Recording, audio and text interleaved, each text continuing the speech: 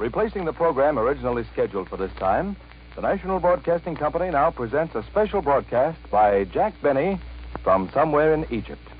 We take you now to Cairo.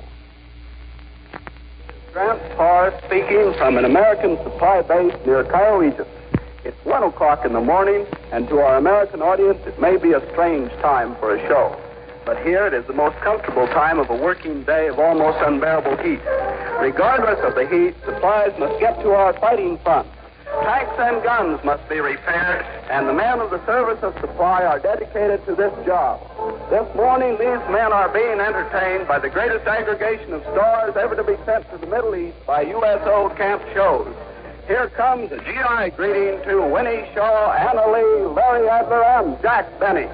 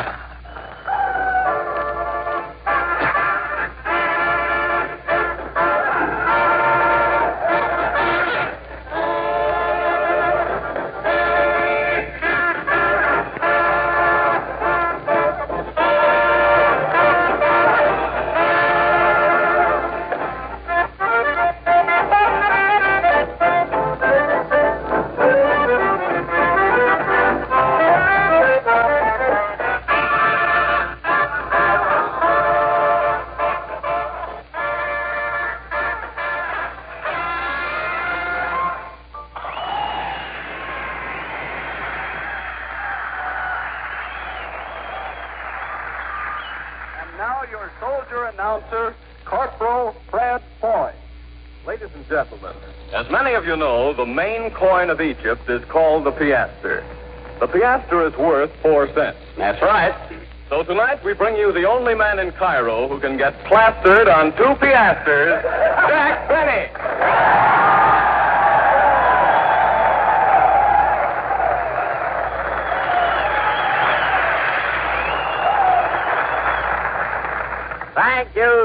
Thank you. Hello again. This is Jack Benny talking from Cairo, Egypt, which is the main oasis between Tel Aviv and Waukegan. Imagine, folks, it's 1 o'clock in the morning here and 3 o'clock yesterday afternoon in Los Angeles. I'm just going to bed, and Phil Harris isn't even up yet. And Fred, you're wrong about your introduction. I didn't get plastered on 2 piastres, or even 4 piastres. Then what were you doing on the banks of the Nile last night, stabbing yourself in the chest with a snake?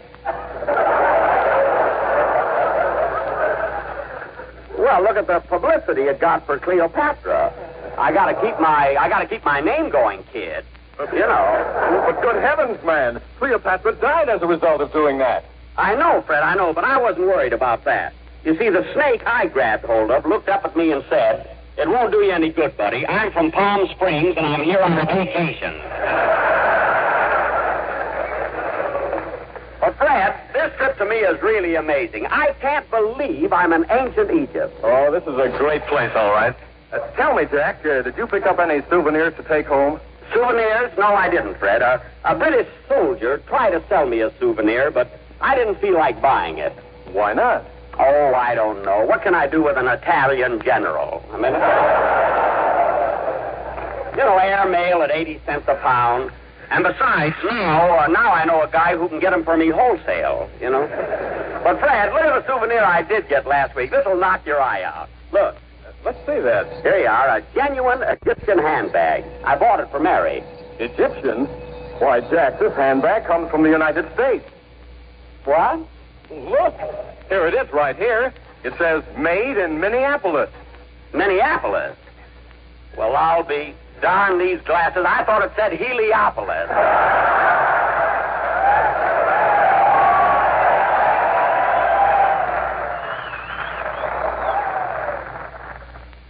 Oh, well, another day, another fiasco.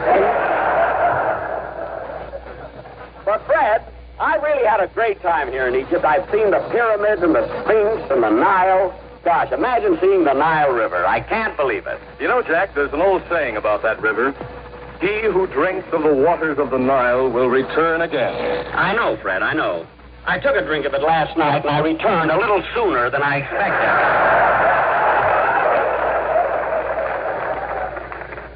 But I certainly did enjoy the pyramid. Well, while you were there, Jack, did you visit the tomb of King Tut? King Tut? No, I didn't bother with that. He's so corny now, you know. I mean, that's for Fred Allen, you know. Oh, by the way, Allen wanted to make a trip overseas, but he was examined by an Army doctor, and they wouldn't let him go. They just put his picture on the bulletin board of every camp, and right under it they wrote, "Don't let this happen to America." You know?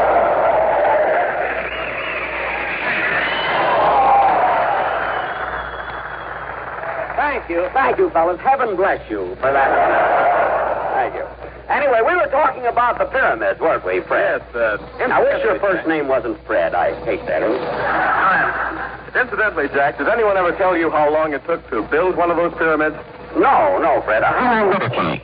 Well, history tells us that it took 100,000 workmen 30 years to construct one pyramid. Imagine 30 years. 30 years? Gosh, Henry Kaiser would throw a fit. But Fred, I was even more impressed by the Sphinx. You know, Larry Adler and I had a picture taken in front of the Sphinx playing a duet. Larry with his harmonica and I with my violin. You did? Well, that must have been interesting. Oh, it was. But Fred, let me ask you something, confidentially.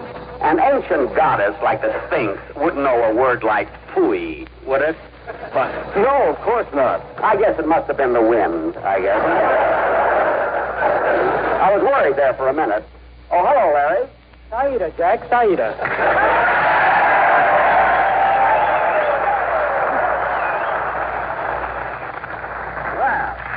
Oh, Fred, this is Larry Adler, the world's greatest harmonica player. We're making this camp tour together. Saida, Larry.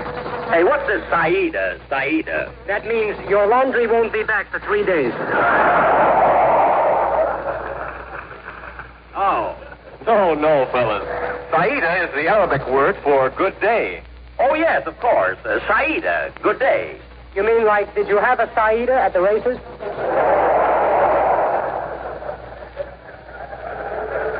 Yes, and I know the answer to that in Arabic, brother.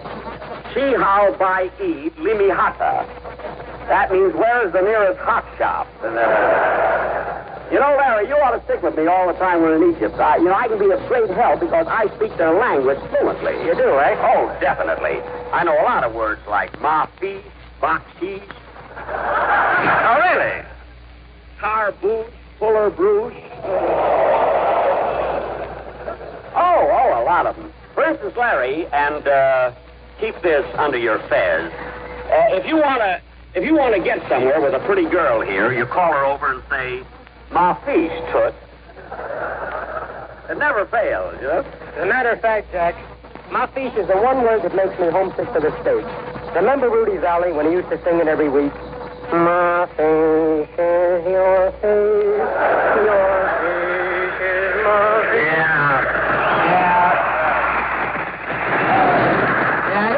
He can sing in any language. By the way, Larry, where are you living here in town? Oh, I'm at Shepherd's Hotel. Oh. You know, when I was a kid, I used to read E. Philip Oppenheim. I was fascinated by those beautiful women, the millionaire bankers, and the royalty you'd meet on the terrace of Shepherd's Hotel. I had to see that for myself. Oh, of course. The Battle of the Terrace. Of course. You never can tell who wins. Jack, where are you living? Me? Well, I wanted to get to know the people of Egypt, you see.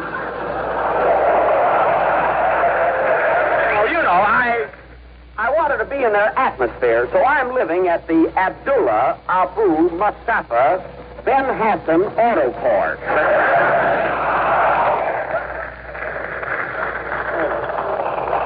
I wanted to live the life of an Egyptian, observe their customs, eat their food, wear their clothes. I returned them, of course, you know. Well, so much for life at the Abdullah. Well, Jack, I've enjoyed this talk with you very much, but don't you think it's about time I played a number? Oh, yes. What are you going to play, Larry? Well, I was thinking of Begin with the Goon. Oh, that's wonderful. Well, don't stand there. Do something. All right, boys. Let's go.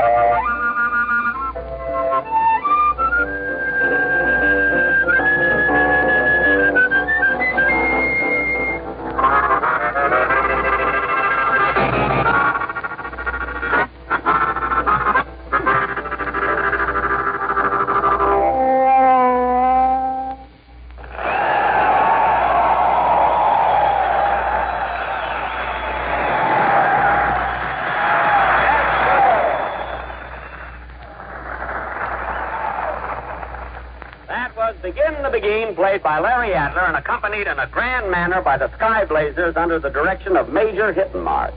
Any resemblance between the Sky Blazers and Phil Harris's orchestra is their own fault. And now, folks... Hey, wait a minute, Jack. Phil Harris has done a lot for you. Where would you be without him? Where would I be without him? Look where I went to escape him.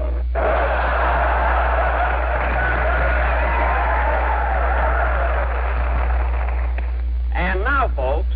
See, where was I? You were nowing the folks. Oh, yes, I know. The commercial. And now, folks, a message from our sponsor. Ladies and gentlemen, do you wake up in the morning feeling like a pyramid? You do? Well, then why couldn't you have one? Yes, go to your nearest bricklayer and say, I want a pyramid. His answer should prove extremely interesting. A small down payment now, and the pyramid is yours. Pay the rest in 2,000 years. Remember, folks, buy Pincus's Pyramid. It makes all other pyramids.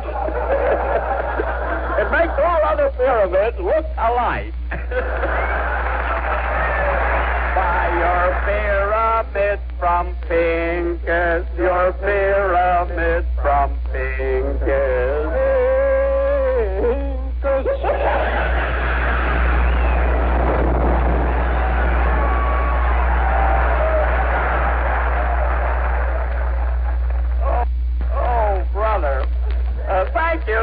Thank you, Fred. And now, fellas, we have with us one of our most glamorous and beautiful stars of Hollywood, who is also making this tour with us, Miss Anna Lee.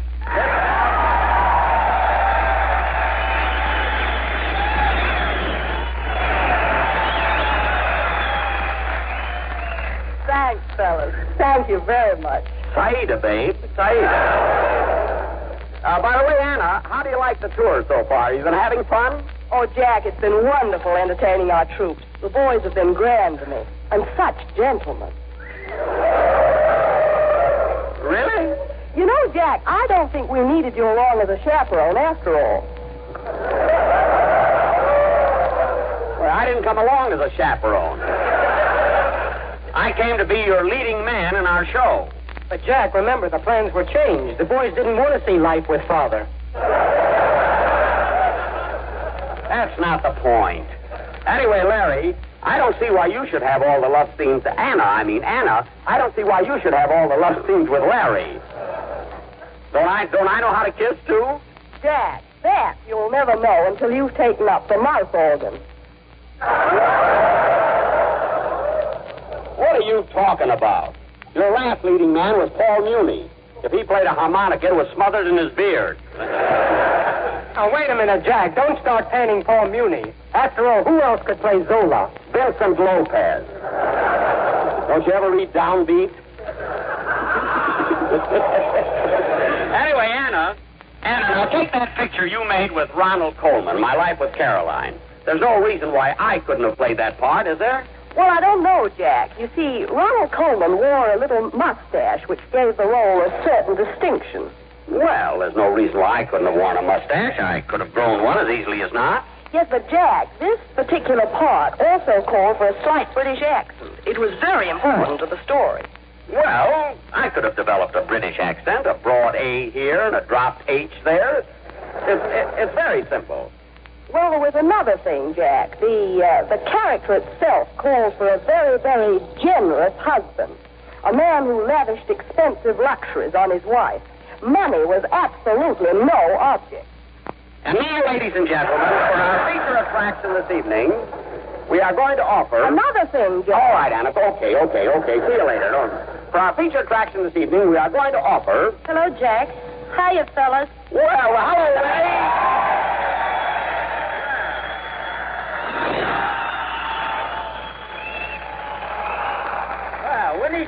Winnie Shaw, everybody. Thank you. Well, shooty bin.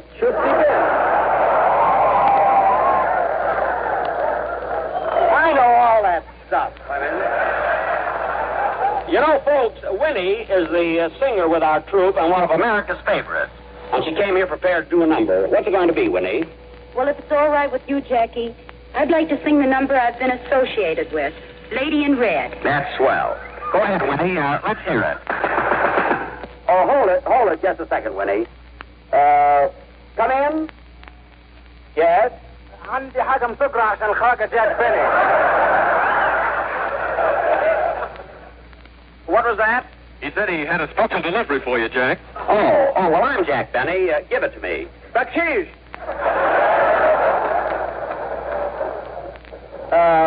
Pardon me? بكشيش. You're welcome.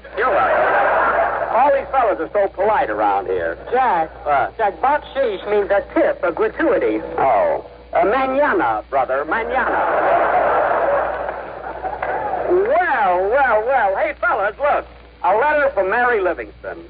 Hey, do you mind if I read it, Fred? Gee, I'm so excited. A letter from Mary. Oh, no, Jack. Go right ahead. Thanks. Gosh. Wait a minute. Beverly Hills, California, August 12th. Dear Jack, hope you are having a nice trip and enjoying yourself. I received your cable asking me to send you $5 more.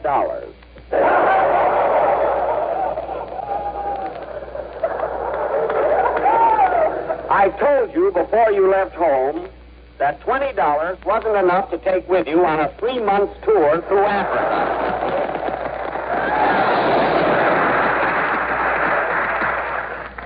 Even with your sideline of American postcards. Your girlfriend, Gladys, was over yesterday, and she was very happy. The Coast Guard has just voted her the pickup girl of 1943. Several other people called to ask about you. Ann Sheridan, Barbara Stanwyck, Greer Garson, Claudette Colbert, Jean Arthur, and Ann Southern were not among them. No other news as ever, Mary. P.S. If you get to Casablanca, give my love to Humphrey Bogart. Gee, it was nice to get a letter from Mary, no matter what she says. Thanks, doll. Sing, Winnie. I'm going to the bazaar to buy Mary a present. I'll be right back.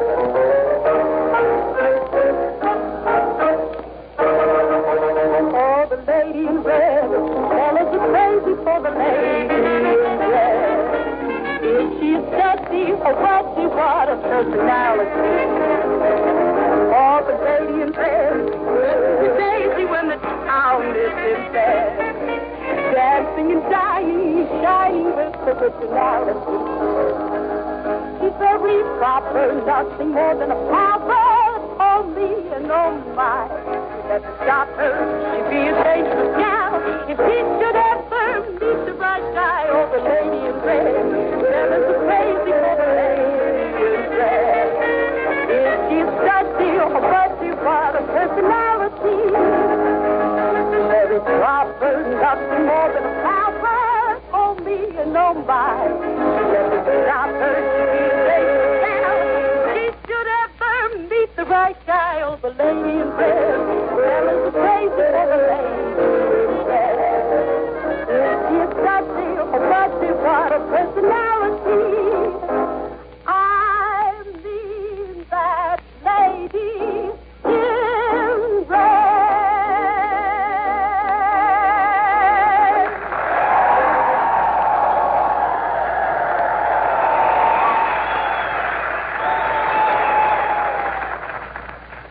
Winnie Shaw. And now, folks, we take you to the famous Muskie Bazaar, where Larry Adler is going to prove to Jack Benny that two can be as cheap as one. Helping them in their search for rare bargains is Miss Lily Zulika, who speaks both Arabic and English. We now find them entering one of the bazaars.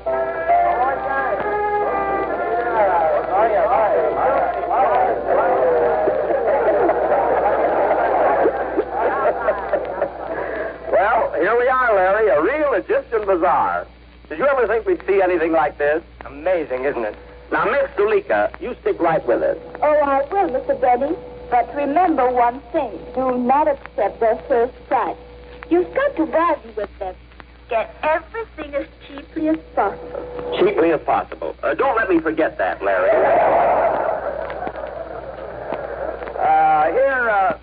Here comes the clerk. Now remember, Mr. Benny, don't let him overcharge you. I won't. السلام عليكم. اهلا وسهلا. انتوا شرفتم السوق. انا مبسوط قوي عشان انتوا معانا. That's too much. What do you think we are? think we are, suckers? None of that stuff. But, Mr. Benny, he was just bidding you welcome. Oh. It's a gypsy courtesy to return the welcome by saying alaikum salam. What was that? I didn't hear that. Alaikum salam. Oh, I see. Well, that doesn't obligate me in any way, does it? Jack, even in Cairo, hello is on the cuff. Oh, I don't know what he's talking about. Say, miss, tell the man I'd like to buy something very elaborate in gold filigree, not to cost over 10 piasters. ممكن نشوف هاتم ذهب مش يكون زيادة من 10 ساعة. أنا متأكد إن خاطر مش بيتكلم جد مش كده؟ What did he say? He said, are you killed? Oh, yeah, MC, brother, MC. Yalla.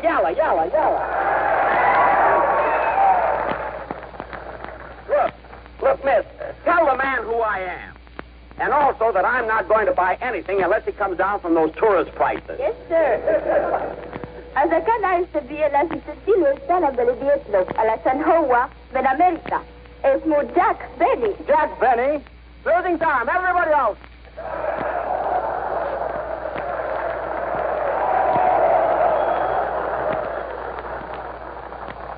MC and double MC. Look, can we get someone here we can speak to? Yes, I'll talk to the boss of the place. Here he comes now. Sayyid Ibrahim Pasha. Saida Zulika. Now, look, mister, we like to... Let me handle this, Jack. Mister, me like 'em, buy 'em, gold filigree.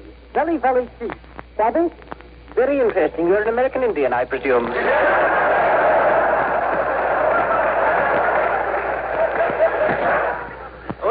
Larry, let me talk. I'm going to do the buying. Now, mister, what can I get here that's a real souvenir of Egypt? Gentlemen, you name it, we've got it. I sell everything here from scarabs to camels. Oh, say, camels. That's an idea. You know, with the shortage of gasoline and everything, maybe I ought to buy a camel. Very good, sir. 1 hump for 2.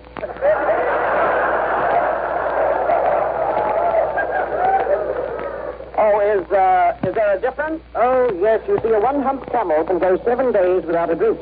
A 2 hump camel can go 30 days. I see. Well, what does he keep in his second hump? Dry ice. Oh. You know, Benny can go without a drink indefinitely. Yes. Of course, sooner or later, somebody buys him one. Larry, then, mister, your advice would be... Oh, definitely the 2 hump camel. The trade-in value is so much better. Oh, certainly. That's a very important point to consider. I mean, a man of my position couldn't afford to be seen riding down Hollywood Boulevard on last year's camel. Larry just wouldn't get on one. Tell me, is a camel easy riding? Mr. Benny, after 7 years in the Maxwell, even a bronco camel would be a pleasure.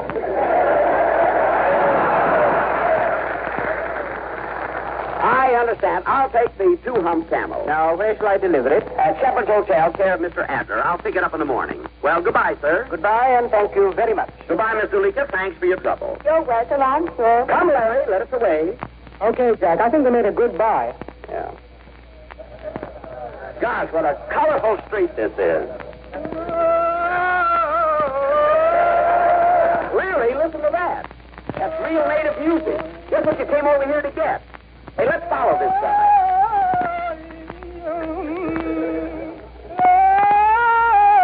Cocktails for 2. Well, what do you know?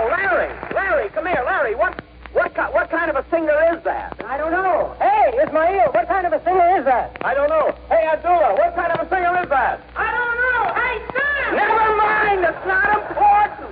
I'll look in the guidebook. My goodness. And so, ladies and gentlemen, we leave the bazaar of ancient, mysterious Egypt. But who knows? Someday we may return. The East is inscrutable. Inshallah.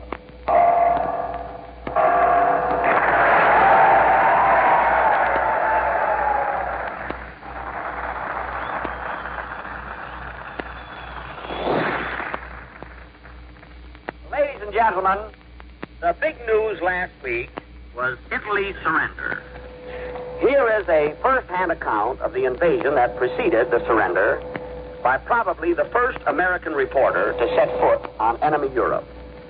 Collier's war correspondent, Frank Gervasi.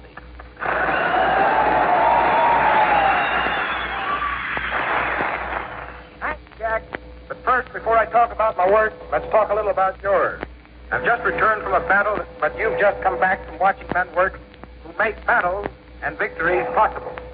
The men who keep the weapons and munitions rolling into Russia. Yes, Frank, we've just come back from the Persian Gulf. To read about our supplying Russia is one thing. To see our boys unloading ships, loading trucks, and driving them over a nightmare version of the Burma Road in a heat often as high as 170 degrees, well, that's a reality. Thank you very much, Jack Benny. Ladies and gentlemen, you've been listening to a special broadcast by the one and only Jack Benny, direct from Egypt, where Jack has been entertaining our troops.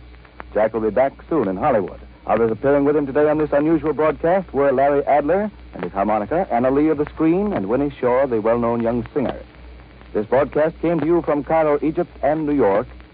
This is the National Broadcasting Company.